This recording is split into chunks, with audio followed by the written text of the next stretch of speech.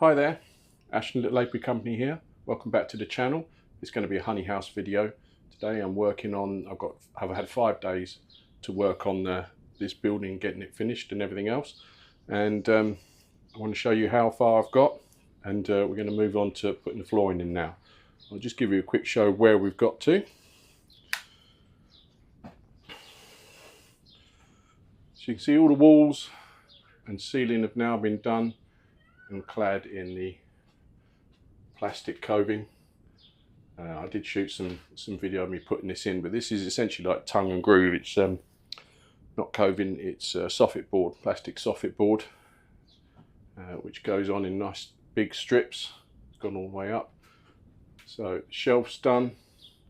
We've got a load of painting. So all the brickwork that's exposed is painted in a wipeable paint, washable paint, all the sides. And the big boxes have also been blanked in. So I've still got some vinyl to do on these sections here where the peepholes are for the tank, and that's the colour of the vinyl that I'll be using. And again, down there. And the next section, or next stage, I'm going to be laying down the floor. I've managed to pick up some laminate flooring from a discount store, which we're having a big sale on. So I picked up some grey stuff. I wasn't really fussed about colour, but it was a decent price. So we grabbed it. It's commercial grade, click fit, so it should be pretty simple, he says, to get in. Unfortunately, the only thing about this garage, as I've said a few times before, nothing is square, nothing is straight. So I'll set you up and we'll get the underlay down and then start putting the flooring in.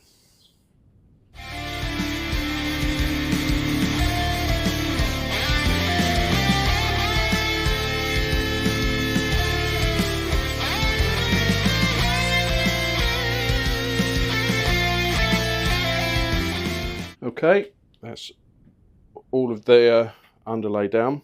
It's a bit curly in places, be alright once the boards are in. So these are the boards that I'm using. Nice grey colour. Like I said, I wasn't fussed about the colour, but these were a decent price, and they're commercial grade, and they are also waterproof and click fit. So I think I'm just going to start in this corner because that's the longest run,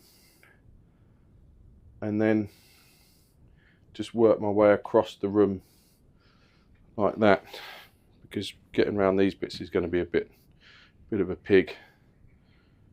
But yeah, it's been a while since I've had to lay any laminate flooring, so I'll just crack on and see how far I get. I've also got to get out the jigsaw, I think, to go around these little noggins, but we'll see. Let's crack on.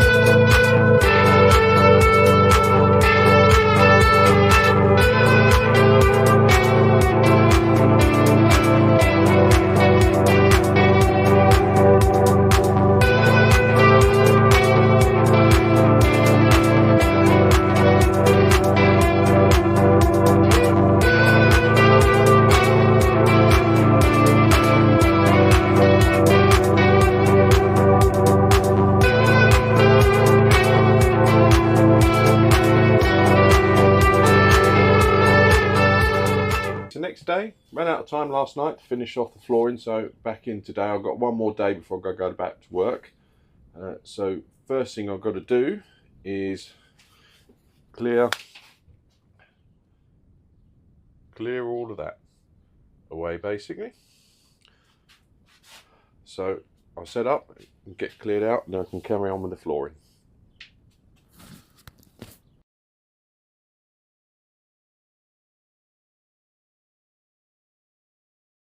Okay, all emptied out. This is how it's looking at the moment to what I finished up last night. I think actually the flooring looks pretty good.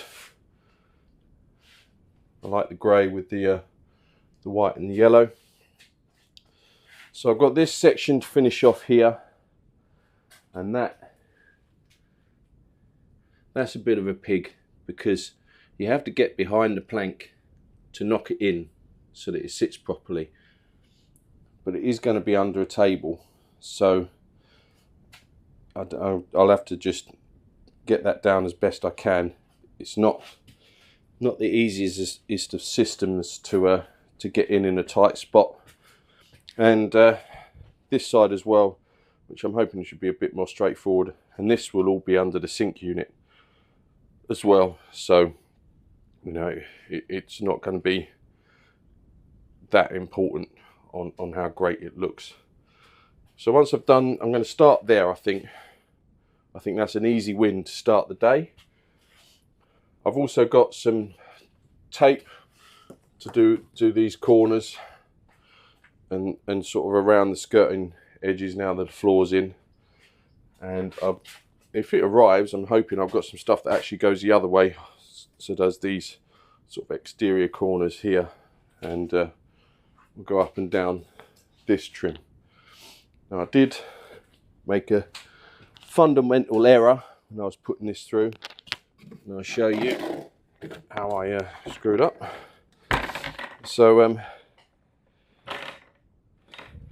yeah, the door doesn't fit because I forgot about that. So I'm going to have to run a saw along this edge. There's a lip under there because I forgot the door butts up against it. And I'm going to have to raise that bolt, because you can see it's just a little bit, so I have to pull that bolt up 12mm, drill a new hole for it. So yeah, got that wrong, but in the grand scheme of things, I'm not too worried. So yeah, I'm going to start on this section at the back, get that finished, work through this bit and get this done. Then I'm going to go around and do as much trim as I can to get it all sealed in.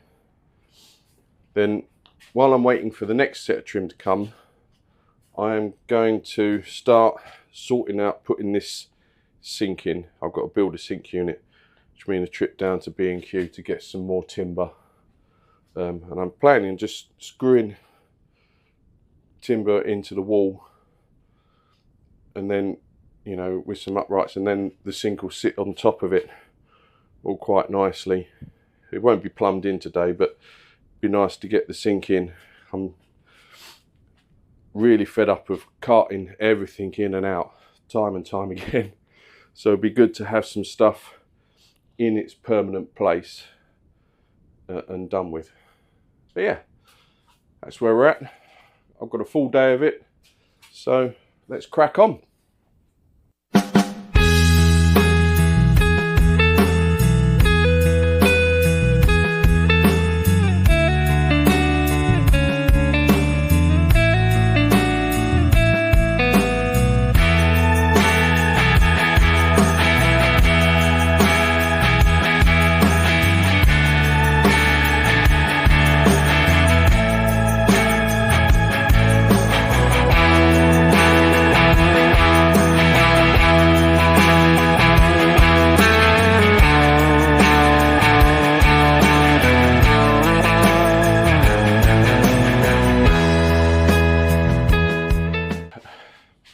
Okay, floor is all done.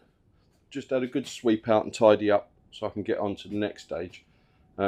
So I'm going to seal all this in, and I've just been having a little practice run on this section down here, which hopefully you can sort of see. I'll get right in this. I've got this sort of angled tape which goes along, self-adhesive, and it seals all the bottom in. So I'm going to stick you on hat cam, and I'll show you how I've sort of worked out to do it. And I'm going to work my way around all the bottom. I've got two 15-metre rolls, so I'm hoping that that'll be enough to go all the way around the bottom, and then do the angles sort of up the brickwork. And of course I've got to do all the way along there. So yeah, I'll switch you over to hat cam and I'll show you how this stuff works. Right, so this is the stuff I've been using, and this is on the back of it. It's got these two self-adhesive strips, and basically it bends in and you run it along the wall and stick it in place. So I've been starting by just bending it in to get it sort of in the right place when you start sticking. And it's got one side that's slightly, you can see that, bigger than the other, and I've been putting the bigger one on the floor. Not sure if that's how it's supposed to be, but given the fact that I fit the floor and the gaps are not always great because I'm not a floor fitter, and I'm very glad I'm not trying to make a living at it, because I don't think I'd make much money fitting floors. But you know, this one's come out okay, not too bad. So smaller goes on the wall. Just run that along now, like that. And I start with the wall first. And this stuff just cuts with scissors, so just cut at a 45-degree angle outwards, and then start along the wall. Make sure it's all sort of pushed down and going in. And I've swept and I've sort of dusted this wall down and everything to try and make it as clean as possible. And then just keep sticking it in place, then pull in the backing tape as you go. It just all sticks itself in. Sometimes this backing paper can tear, which is a bit of a pain, but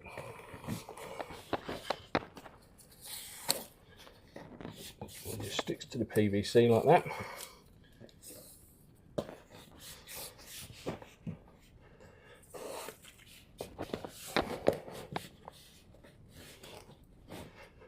Just keep forming it, sticking it in place. Work your way along the wall.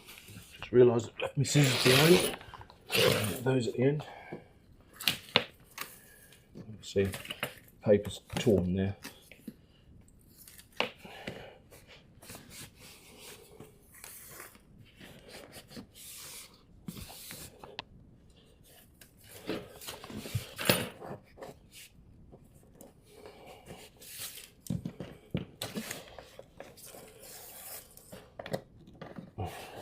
See, even though I tried to cut it longer than I should have, I ended up cutting it short still.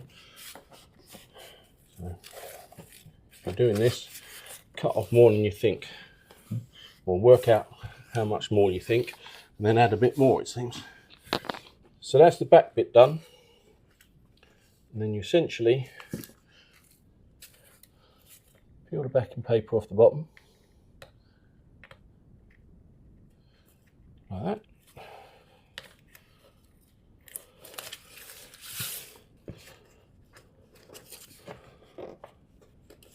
And then you grab that, you stick it down on the wall as you go.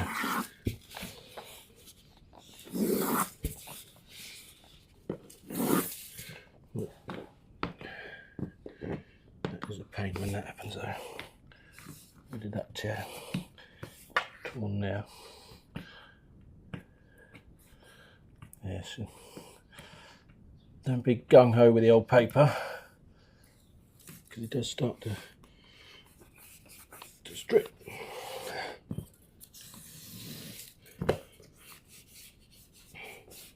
That's all gluing down to the board, making a nice, hopefully, waterproof seal. When I mop everything out after extracting,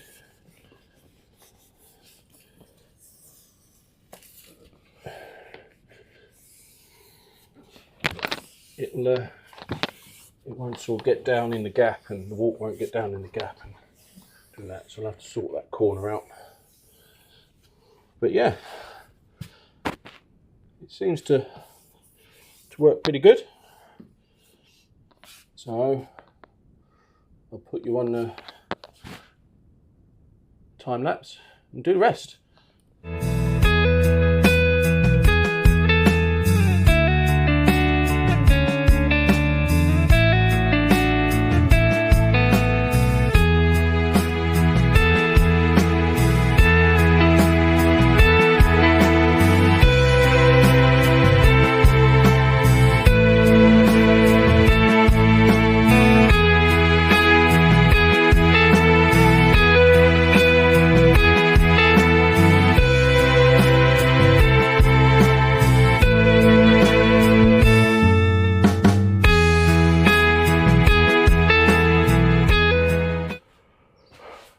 Okay, I've run out of tape, so potentially I'm going to order a new roll. I must admit I'm not 100% convinced by this stuff. If I can, in a bit. So it's fine on the floor where there's no grooves, but obviously all of this boarding has got these big grooves in it. And I was hoping that this would sort of mould in, but it's far too stiff. The plastic's quite tough. So, yeah, on whether this is the answer to the problem. What I'm tempted to do is try and get some white bathroom sealant and fill in these gaps. So I might try a test piece down here to see how it looks, so it doesn't end up becoming a proper bodge job. But everywhere, obviously, where there's gaps, it's no good. Down here, you know, that's fine because there's no gaps or anything. So yeah, let me know in the comments what you think. Do I get another roll, finish it off, or do I need to find another solution for this? See how it goes. But for now, I'm going to move on to the sink. Right, so this is the sink I'm going to be using. I got this for free off of Henk, all stainless steel, big double tub with a hand wash basin. There is an argument to say that I don't really need the two tubs. I could cut it there, but I'd lose the tap hole, and I'd also lose all of that drainer space there. So I think I'll probably keep the unit as it is. It fits quite nicely in the gap behind that tank. On the back of it, it's just sheet steel. So I think that I can start by putting pieces of timber in the wall. So I'll show you. Right, so I'll show you just with this scrap piece here, but if I screw that into the wall. I'm thinking there and 2 sides along the back there. Then the sink just be able to rest on there, and I'll have to build another frame out and around, put legs on it. But essentially that L shape will fit in this corner, and it will just sit nice and sturdy on some 2x4s that are basically screwed right into the wall. I can put them in with fairly decent screws. Make sure I go into the joists so it's all nice and full. So that's the plan. The sink is finally in, although not permanently, because I've still got to paint the frame and everything. But it's now 8 o'clock. My drill battery's died, and it's a bit late to be using power tools now for everybody else. It has fitted in sort of nicely, but as with everything in this build, because the garage is not, well, honey house as I should call it now, is not square. You can see I've got these gaps around here to sort out, but it's nice to actually have parts going in, and we're starting to see how everything takes shape. Also, this stainless steel table is in its correct place, just needs to be leveled, and that bit next to it is the heated bottling tank, which is yet to come out and sit on its stand. But now I will get all of this back in to the garage for the night. If you've made it this far, thank you very much for watching. I hope you've found it enjoyable to watch the progress, and we're actually getting proper progress now. It feels like the build's coming round to its final stages. Now we've got the sink sort of in place, tables are in, the floors are done. It's been a really productive 5 days for me to get all this done. I'm going to keep chipping away. There'll probably be another video or 2, and then we'll actually start unpacking kit, which will be nice. But for now, until the next time, if you've liked this content and want to see the rest of it, please hit that like button, please subscribe, and hit the bell so you don't miss any future videos. But other than that, thanks for watching, and I'll see you next time. Goodbye.